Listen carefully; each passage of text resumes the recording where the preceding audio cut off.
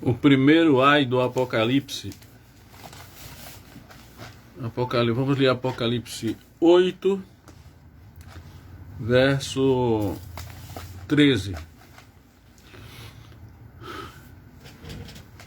Que diz o seguinte: Então olhei e ouvi um anjo voar pelo meio do céu, dizendo com grande voz: Ai, ai, ai dos que habitam sobre a terra, por causa das outras vozes das trombetas dos 3 anjos que hão de ainda tocar.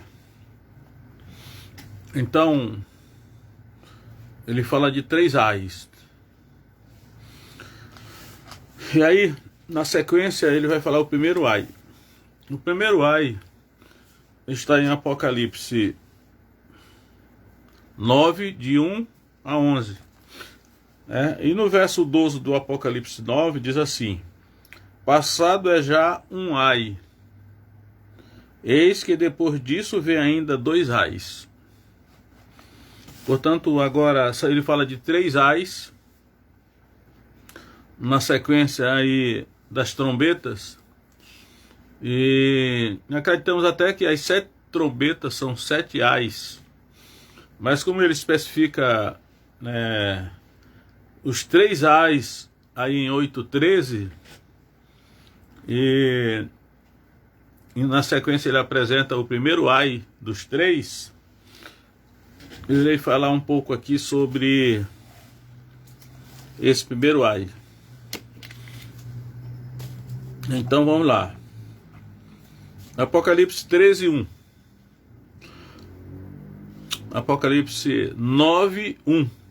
Apocalipse 9, 1. Primeiro ai. O 5º anjo tocou a sua trombeta e viu uma estrela que do céu caiu na terra. E foi-lhe dada a chave do poço do abismo. Vamos comentar isso aí então.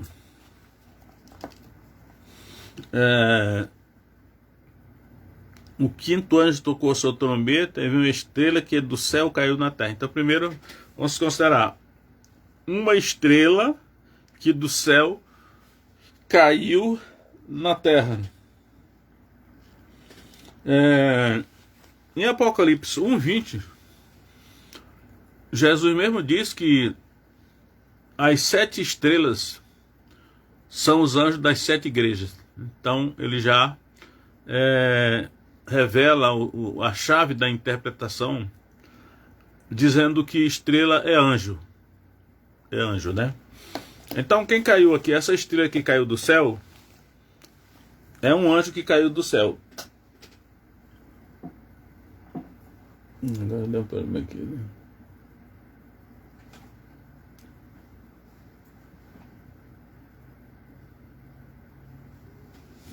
É um anjo que caiu do céu. Um anjo caiu do céu, é estrela. Em 6:13, Apocalipse 6:13, vai falar de estrelas caindo do céu também. Apocalipse 6:13.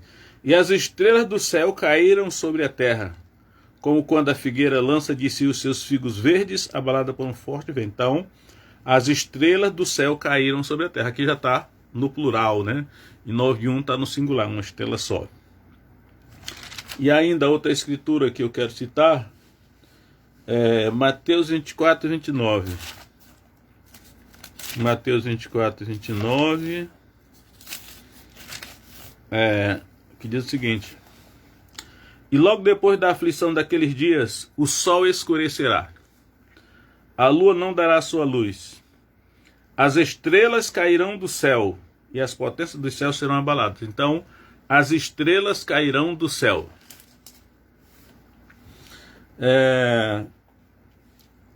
Considerando a veracidade da Escritura, nós nos perguntamos o seguinte, que nos ensinaram na escola, né?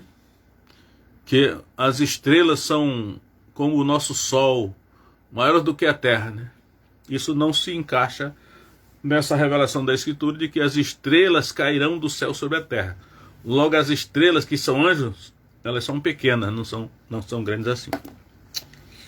Só que Apocalipse 9:1, ele vai dizer: essa estrela que caiu do céu na terra foi lhe dada a chave do poço do abismo. Então vamos ver aí essa chave, a chave do poço do abismo. O poço do abismo, às vezes o abismo, às vezes é chamado só o abismo, outra vez a chave do poço do abismo, né? Mas é um lugar, aí eu já digo logo aqui o meu entendimento a respeito do abismo, ou do poço do abismo, que é o mundo dos mortos, né? O mundo inferior, chamado em hebraico de Sheol, e no grego de Hades, ou Hades, ou Rado, como está aqui no texto grego, né? Então, o abismo, o poço do abismo, tem uma chave porque é um local fechado, né? O que tem chave tem porta. Jesus diz em Mateus 16, 18, as portas do Hades não prevalecerão contra a minha igreja. Então, se o Hades tem portas, porta tem chave. Só que essa chave aqui foi dada para esse anjo que caiu do céu. Esse anjo que caiu do céu. E Apocalipse 1,18, Jesus se manifesta para João, dizendo que ele tem a chave do Hades. Então, Apocalipse 1,18. E o que é vivo e fui morto, mas eis aqui estou vivo para todo sempre. Amém. E tenho a chave da morte e do inferno. Só que a palavra inferno aqui é Hades, né? Então, ele tem a chave do Hades. O Hades tem porta. Porta tem chave. E tem alguém que tem essa chave. Agora, Jesus, ele, pelo menos depois da ressurreição, é ele que tem a chave do Hades, ou do abismo, assim considerado. Então, esse anjo que caiu do céu na terra, foi-lhe dada a chave do poço do abismo. Quem deu a chave do poço para ele? Só pode ter sido Jesus, porque é ele agora que tem as chaves, né? As chaves do abismo, ou do Hades. Então ele tem, mas ele deu para esse anjo. Então as coisas, apesar de tudo, estão sob o controle de Deus. No caso agora de Jesus, que é realmente o representante de Deus. Agora, esse negócio do abismo aí, eu ainda quero citar um texto em Lucas 16, 23, na história do rico e Lázaro. O Lázaro é dito lá que o rico, na verdade, está no Hades, né? Ele está em tormento lá no Hades. E naquele tempo, ainda como foi Jesus que contou, ele contou que ele é uma história, não é uma parábola, é uma história.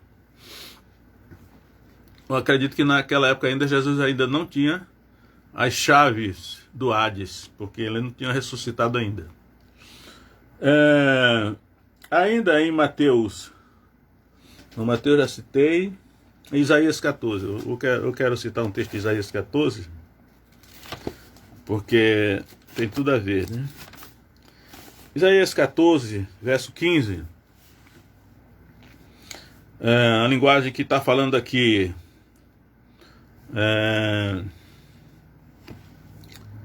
da queda de Satanás, acreditamos assim, né? Apesar que no texto aqui fala o rei de Babilônia, então profirais este provérbio contra o rei de Babilônia. Acredito que por trás do rei de Babilônia Satanás está escondido aí, né? Verso 15: contudo levado serás ao inferno, está na minha Bíblia, só que no hebraico é Sheol, né? Que é o abismo.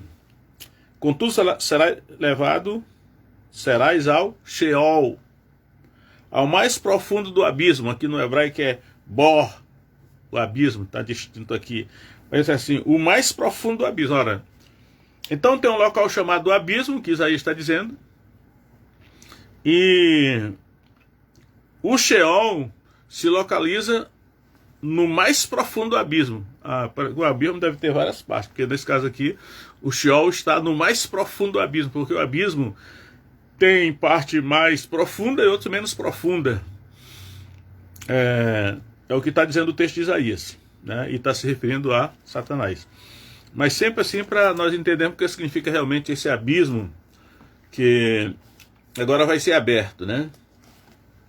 Aí diz aí, Apocalipse 9, 2. abriu o poço do abismo e subiu fumaça do poço, como a fumaça de uma grande fornalha. E com a fumaça do poço escureceu-se o sol e o ar. Essa descrição de Apocalipse 9:2 nos parece assim a erupção de um vulcão, né? Ultimamente tem acontecido muito essa questão de erupção de vulcões em várias partes do mundo, e aí sai muita coisa ali dentro, né? Lava incandescente, fumaça, fogo, e está condizente com essa descrição que o poço do abismo vai ser aberto, e vai ser aberto legalmente, porque quem tinha as chaves é Jesus, quem tem, né? Mas ele deu essa chave para esse anjo que caiu, e o anjo que caiu abriu o poço do abismo. E da fumaça vieram gafanhotos sobre a terra. E foi-lhe dado a autoridade, né? Sei que aí tá, a maior parte das que tá poder, mas o sentido realmente do grego é exousia, autoridade. E foi-lhe dada a autoridade como a autoridade que tem os escorpiões da terra. Então está fazendo uma comparação. Esses gafanhotos que... É interessante que ele diz que vieram gafanhotos sobre a terra. Mas esses gafanhotos que saem aí do abismo não são gafanhotos iguais aos nossos gafanhotos aqui da terra. O que me causa admiração é o fato que ele não disse seres como gafanhotos, né? Diz saíram gafanhotos. Que significa que eram gafanhotos mesmo, só que não são gafanhotos da terra. São gafanhotos que moram no abismo, no mundo inferior, o mundo dos mortos, né? Mundo dos mortos. E ele... gafanhoto sobre a terra, foi-lhe dada autoridade, foi dada, né? Como que tem os escorpiões da terra. Aí eu pensei, então os escorpiões da terra têm autoridade? É claro que eles têm autoridade para ferrar, né? Com a sua cauda e o seu aguilhão, pessoas, né? Talvez até animais também. Mas aqui está que são gafanhotos, e é comparado com os escorpiões da terra. Aí diz aí, e foi-lhe dito que não fizessem dano à erva da terra, nem a verdura alguma, nem a árvore alguma, mas somente aos homens que não têm nas suas testas o sinal de Deus. Aqui é uma preocupação para que eles não causassem dano à erva da terra, a ecologia, né? Tudo que é verde. Como são gafanhotos, sabe-se que os gafanhotos da terra, eles são... consumidores de toda a vegetação, né? Eles são um flagelo. Ao vir sobre qualquer parte verde aqui da vegetação da terra, eles acabam em pouco tempo, né, com essa vegetação. Então, aqui já está sendo dito que eles receberam ordem de não fazer nada disso, né? Não é para eles causarem dano à árvore, nem à vegetação alguma, né? Eles devem causar dano aos seres humanos. E aqui, né? Foi-lhe dito que não fizessem dano à erva da terra, nem a verdura alguma, nem a árvore alguma, mas somente aos homens que não têm nas suas testas o sinal de Deus. Então, ao ler essa escritura, eu fico pensando, essa mensagem ela pode estar sendo direcionada tanto para cristãos, eu digo cristãos verdadeiros, genuínos, né? Autênticos discípulos de Jesus Cristo, e pode estar sendo endereçada também a qualquer ser humano de maneira geral, né? Mesmo que não são discípulos de Jesus. E é importante para os dois lados, porque eu sei que ninguém gosta de falar sobre isso que está escrito aí. Eu sempre digo que tudo que foi escrito é importante. Até aquelas coisas que aparentemente são ruins, né, mas são esclarecedoras. Porque o que está escrito aí vai acontecer. Podemos não saber o tempo quando é que vai ser, mas que vai acontecer, com certeza vai, né? Então, esses gafanhotos, eu pessoalmente acredito que são demônios, né? Esses que têm essa aparência de gafanhotos, mas acredito que são demônios. Eles estão no mundo inferior, não têm autoridade para vir para a terra agora. Mas não sabemos quando é que o poço do abismo vai ser aberto e esses seres vão sair de debaixo da terra para causar dano aos homens. Aos homens de quê? Aos seres humanos, de maneira geral, né? A linguagem que a Bíblia usa é essa, mas é causar dano aos seres humanos. E eu acredito que quando Deus revelou para João, Jesus mesmo revelou essa escritura de Apocalipse para João, é para avisar, né? Deus sempre ele avisa antes de trazer o juízo, o julgamento. E eu acho que é sensato nós atentarmos, né, para os avisos que Deus manda. Então, nesse caso aqui, o aviso é esse. Vai chegar um tempo que esses seres vão sair de debaixo da terra, porque o poço do abismo vai ser aberto, e eles virão para causar dano aos seres humanos. Mas aí aqui está a distinção, né? Mas somente aos homens que não têm nas suas testas, aí eu digo aqui, o selo de Deus. Somente aos homens que não têm nas suas testas, o selo. Selo aqui, a palavra é selo, né?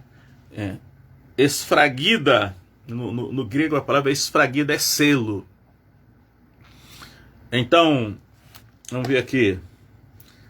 Eu sempre gosto de citar Efésios 1,13, porque Efésios 1,13, ele diz que aqueles que creram em Jesus foram selados, né? Vamos lá, Efésios 1,13, diz assim, verso 12 começa, com o fim de sermos para o louvor da sua glória, nós os que primeiro esperamos em Cristo, em quem também vós estáis, depois que ouvistes a palavra da verdade, o evangelho da vossa salvação, e tendo nele também crido, fostes selados com o Espírito Santo da promessa. Os que creram foram selados com o Espírito Santo da promessa. Os que creram em Jesus, a palavra é a mesma. Esfragida é selados aqui, né? Eles foram selados. Então, aqui nesse caso, esses gafanhotos, que eu creio que são demônios que vão sair da terra, de debaixo da terra, eles vão sair para fazer dano aos homens, aos seres humanos, homens e mulheres. Mas somente aos que não têm na sua testa o selo de Deus. O selo, esfragida, é o selo.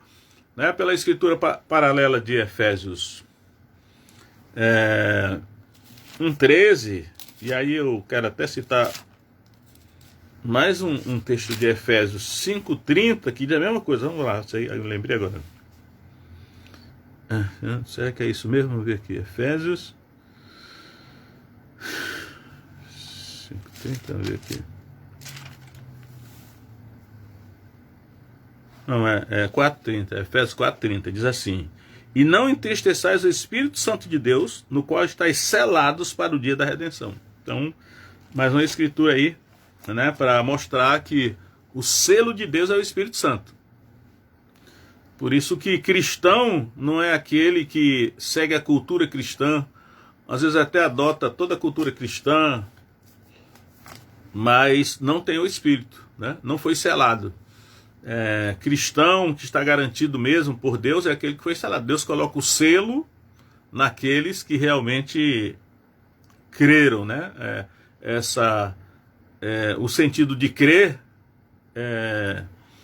só Deus sabe quando é que alguém creu, né? Não é um crer intelectual, o crer o crer de todo o coração, é uma coisa lá do Espírito, acontece lá dentro, a operação do Espírito Santo acontece aí também, tem muita coisa envolvida nesse negócio de crer, né? Portanto, o que realmente garante que alguém creu é que essa pessoa foi selada com o Espírito Santo.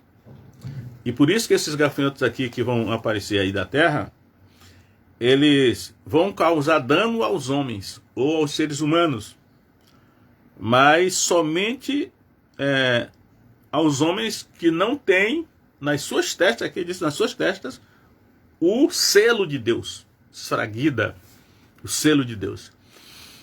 Então, diante disso,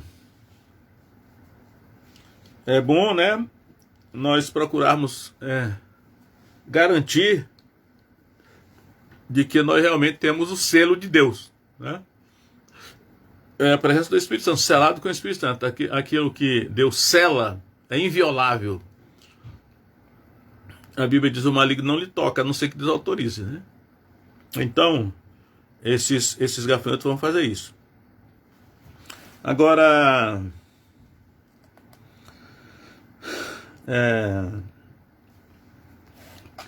Na sequência aqui, ele vai dizer assim, verso 5. Foi-lhes permitido não que os matassem, mas que por 5 meses os atormentassem. E o seu tormento era semelhante ao tormento do escorpião quando fere o homem. Então eu quero elaborar um pouco sobre essa palavra tormento. Essa palavra tormento, ela vai aparecer em várias partes da Bíblia. Por exemplo, em Lucas 16, 23, na história do rico e Lázaro, o rico vai dizer lá, Pai Abraão, eu estou aqui atormentado nesta chama, Não, é assim, no Hades, estando em tormentos, isso aí, a palavra tormento é essa aí, No Hades, estando em tormento, lá em Lucas 16, 23, essa palavra tormento é a mesma palavrinha que aparece aqui. Então, no caso lá, a gente pode ver o seguinte: o rico estava sendo atormentado lá no Hades, no mundo inferior, o mundo dos mortos, estava sendo atormentado lá. Alguém estava atormentando ele. E esses gafanhotos aqui estavam lá, porque eles só saíram para a terra agora. Então a gente pode usar o seguinte raciocínio: esses gafanhotos que estavam atormentando o rico, lembrando que o rico havia morrido, era só a alma dele que estava lá, ou o espírito, Mesmo assim estava sendo atormentado. Até lembrou de água para refrescar, que ele estava atormentado naquela chama. E esses gafanhotos aqui, eles vão atormentar os seres humanos por 5 meses. É a mesma palavrinha. Então, os seres que atormentavam lá no Hades agora vieram para a terra e estão aqui na terra atormentando, os seres humanos. Em Mateus 8, 6, quando aquele centurião romano tem um servo que está enfermo e violentamente atormentado, é a mesma palavrinha. E ali eu creio que ele está atormentado por demônios. Então, há demônios que já atormentam os seres humanos aqui na terra, e há esses outros que estão lá no abismo, no mundo dos mortos, que atormentam também. Lá, por exemplo, eu creio que é o espiritualmente. Às vezes a gente pensa que espírito não sofre e tal, mas sofre. É o que diz aí a Escritura, E ainda em Mateus 18, 34, quando da parábola do credor incompassivo, e aí Jesus conta aquela parábola e termina dizendo que aquele que não perdoar de coração o seu irmão será entregue aos verdugos, ou aos atormentadores, é a mesma palavrinha. Já que o cristão que não perdoar o seu irmão, e aí é bom prestar atenção que ele está falando ao seu irmão, não é qualquer ser humano não, é o outro crente. Porque ele diz assim, que o cristão que não perdoar o outro crente que lhe fez algum mal, será entregue aos atormentadores, aos verdugos, são esses mesmos seres aí que a palavrinha é mesmo. Porque Deus perdoou os nossos pecados, que é infinitamente maior a nossa dívida do que qualquer ofensa que alguém possa nos fazer, no caso dos nossos irmãos, Não está falando aqui dos seres humanos de maneira geral, mas no outro irmão. Então, esses gafanhotos aí, eles irão atormentar os seres humanos por 5 meses. Aqui, aí eu digo, nós temos que ter cuidado na interpretação do Apocalipse, porque acredito eu, como em toda a Escritura, há partes literais e há partes simbólicas, alegóricas, figuradas. Então, a gente tem que ter cuidado para descobrir aquilo que é literal e aquilo que é simbólico ou figurado. Não é porque algo que nós lemos na Escritura que nós não entendemos, porque nós não conhecemos, não significa que isso não seja literal. É o caso aqui. Eu acredito que esses seres são literais. Eles não são da terra, por isso não são conhecidos aqui. Quando eles aparecerem, provavelmente iremos vê-los, mas eles irão atormentar o ser humano. A gente fica até pensando assim, e se eles não forem vistos, E se eles forem espíritos invisíveis que só poderemos sentir os efeitos da sua atuação? Já considerei essa possibilidade, mas eu me inclino a pensar que são literais e que eles serão vistos. para atormentar os seres humanos, por 5 meses. E aqui eu digo, os crentes verdadeiros não sofrerão esse tormento, porque eles receberam a ordem de não tocar naqueles que têm o selo de Deus, que é o Espírito Santo. Caso o Espírito Santo. Mas aqueles cristãos, vamos imaginar que as igrejas estão cheias de gente. Sabemos pelo ensino da Escritura que nem todos são convertidos, nem todos têm o Espírito. Então, quem não tiver o Espírito, não tiver sido selado mesmo com o Espírito Santo, vai sofrer a ação ou tormento por parte desses seres aí. É uma coisa que normalmente o ser humano não quer nem ouvir falar em sofrimento, mas já que Deus nos avisou com antecedência, é melhor a gente se preparar para quando chegar esse tempo, nós estarmos naquele grupo que não tem o selo de Deus, que é o Espírito Santo, ou então poderemos estar no grupo que tem o selo de Deus. E aí, eu digo, pelo balanço aqui do Apocalipse, eu vejo que vai haver sofrimento tanto para os cristãos como para os não cristãos, só que são 2 tipos de sofrimento diferentes. Os sofrimentos dos cristãos serão infligidos pelo anticristo, né? Pelo anticristo, pelo espírito do anticristo, por Satanás e todos aqueles que ele lidera. Só que o sofrimento do não cristão vai ser infligido por Deus, que é mais grave ainda, né? A Escritura diz, horrenda coisa é cair nas mãos do Deus vivo. O nosso Deus é um fogo consumidor. Então, por pior que seja o sofrimento da igreja, não pode se comparar ao sofrimento que cairá sobre os não cristãos, os que não são de Deus, né? Que são esses gafanhotos aí, esses seres aí, que por 5 meses, e aí eu creio que são 5 meses literais mesmo, eles atormentarão, aí diz aqui, né? O seu tormento era semelhante ao tormento do escorpião quando fere o homem. Eu nunca fui ferido por um escorpião, espero nunca ser, pela graça de Deus, mas sabemos que o escorpião deve ter veneno ou peçonha na sua cauda, e quem for ferido por esses escorpiões aí, vai ter um sofrimento assim, né, que é por 5 meses. E aí vai dizer mais, diz assim, naqueles dias os homens buscarão a morte, mas não a acharão. Desejarão morrer, mas a morte fugirá deles. Então a gente até pode, eu lembro que certa vez eu fiz um trabalho sobre eutanásia, né? Onde a pessoa pode acabar com a sua vida, uma lei, há países, né? Os países discutem sobre essa questão, se é lícito, é correto, é justo, é legal. Um ser humano que está sofrendo muito com uma determinada situação ou doença, ele dá cabo da própria vida, né? Isso eu não sei, nem me lembro mais quando eu fiz aquele estudo, faz tempo. Mas o certo é que nesse caso aqui, ele está dizendo que os homens procurarão morrer e não poderão. A gente vê que o ser humano normalmente faz tudo para não morrer, né? Gasta tudo que tem, faz qualquer coisa para não morrer. Ele foge da morte. Mas nesse caso aqui vai ser o contrário. Nesse tempo de 5 meses vai ser o contrário. O sofrimento será tão grande. E eu digo, isso aqui não é para a igreja verdadeira, genuína, que tem o Espírito, né? O sofrimento será tão grande, tão intenso, que as pessoas desejarão morrer, mas a morte fugirá deles, né? Parece aqui um paradoxo. Normalmente o ser humano foge da morte, agora é a morte que vai fugir do ser humano, por causa do sofrimento que vai acontecer aí. Claro que Deus está no controle de tudo isso aí, né? Então, isso aqui é o primeiro ai, que ele fala de 3 ais, né? A gente está falando aqui, está descrevendo só o primeiro ai.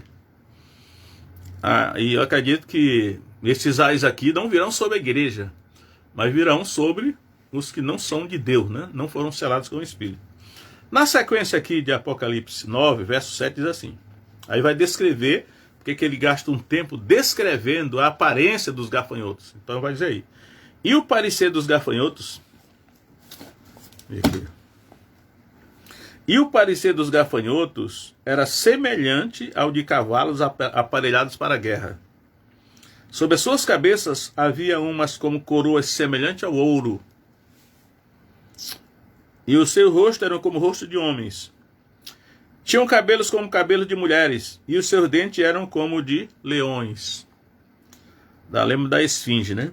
Tinham couraças como couraças de ferro, e o ruído das suas asas era como o ruído de carros quando muitos cavalos correm ao combate.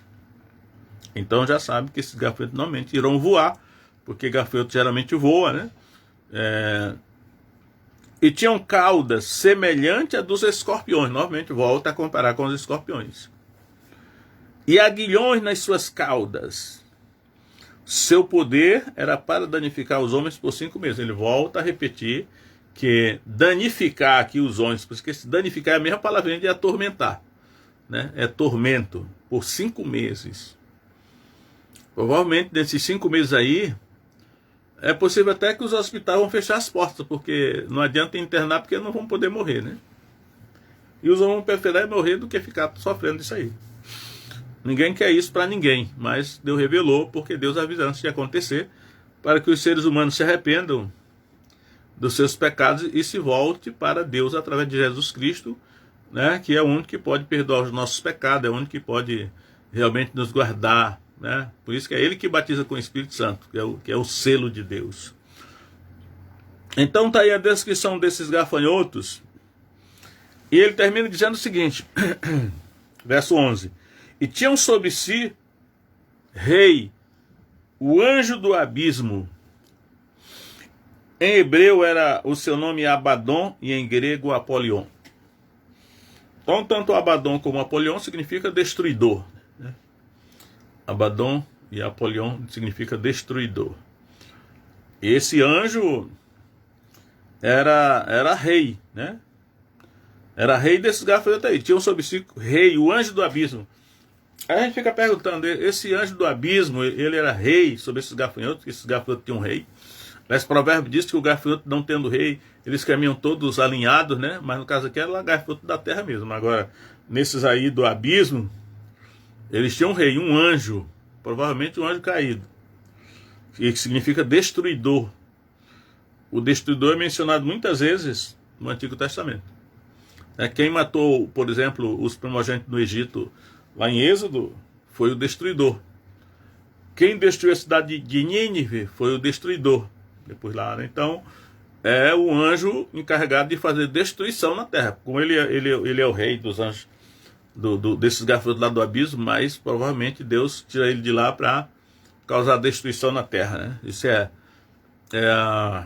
a teologia cristã e judaica, né? Porque inclui também o Antigo Testamento que fala desse. Por isso que ele cita aqui que em hebraico o nome dele é Abaddon, em grego e Apolion. Então cita tanto a cultura hebraica como a grega.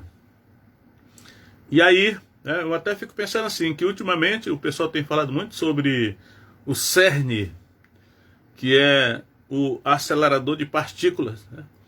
Um que tem na Suíça, e aí já diz que tem uma imagem do Deus da destruição do hinduísmo, que é o que é Shiva. Mas, independente da terminologia, né, mesmo o paganismo, a cultura religiosa das outras religiões, elas podem estar apontando para o mesmo ser, até usando outros nomes, talvez um pouco distorcida, mas eu creio que a Escritura, a revelação mesmo é da Bíblia, né? Essa que é a revelação de Deus mesmo. Então, o Apocalipse chama de Ai, né? Que ele vai ter 3 ais. Aí nessas 7 trombetas, ele vai citar então as 3 últimas trombetas como 3 ais. E aí, isso que eu estou falando aqui é o primeiro ai. E aí ele termina dizendo assim, verso 12: passado é já um ai, eis que depois disso vi ainda 2 ais. Então hoje eu me dispus a falar só sobre o primeiro ai, que é esse aí. Não é coisa agradável de se ouvir, mas eu acredito que para os cristãos é útil saber que o cristão não estará à mercê da ação desses seres. Eu creio que são demônios. A Bíblia chama de gafanhotos, né? Para serem atormentados por 5 meses. Porém, a preocupação é o cristão ter o selo de Deus, né? Porque essa questão do selo de Deus, que é o Espírito Santo, é um assunto que é motivo de controvérsia e polêmica no meio cristão. Alguns preferem ignorar essa questão de ser selado com o Espírito Santo. Alguns tomam como pressuposto a questão de ser selado com o Espírito Santo. Mas nesse tempo aí vai ser assim. Ah, porque você está me atormentando? Eu sou crente, sim, mas não tenho selo, né? Então é um tempo da gente refletir assim. Eu tenho que me certificar, né? Se eu realmente estou selado, se eu tenho o selo de Deus, porque tomar como pressuposto e deixar rolar, talvez não seja uma atitude prudente. Pelo sim ou pelo não, é melhor se certificar, né? Se você realmente foi selado. E a única maneira de saber isso é olhando para o Novo Testamento, né? O Novo Testamento não é nenhuma outra corrente, é o Novo Testamento. Como é que realmente eles eram selados aí no Novo Testamento? Então esse é o primeiro ai, né? Talvez amanhã eu fale sobre o segundo.